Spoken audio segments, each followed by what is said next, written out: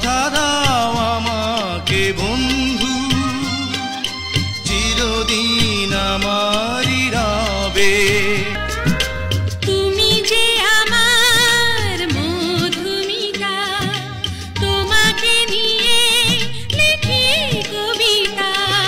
তুমি তো জড়ালে আমায় অচেনা সুখের মায়া।